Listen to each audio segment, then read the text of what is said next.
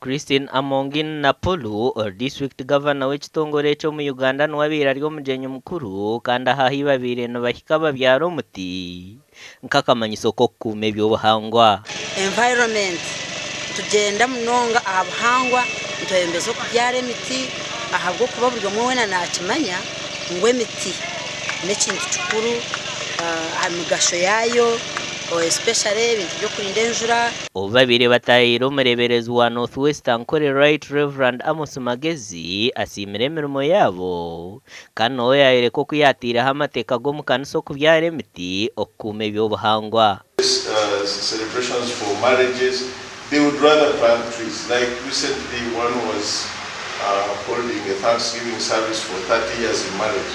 We made him plant 10 trees because we want to do it intentionally and deliberately in order to preserve our environment.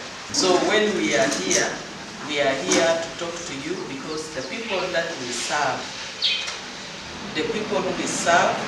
irrespective of their religion, irrespective of their age, irrespective of their political affiliation, we render service.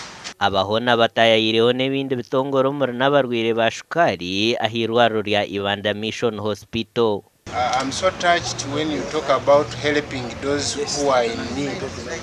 I feel you are touching the most sensitive group of people.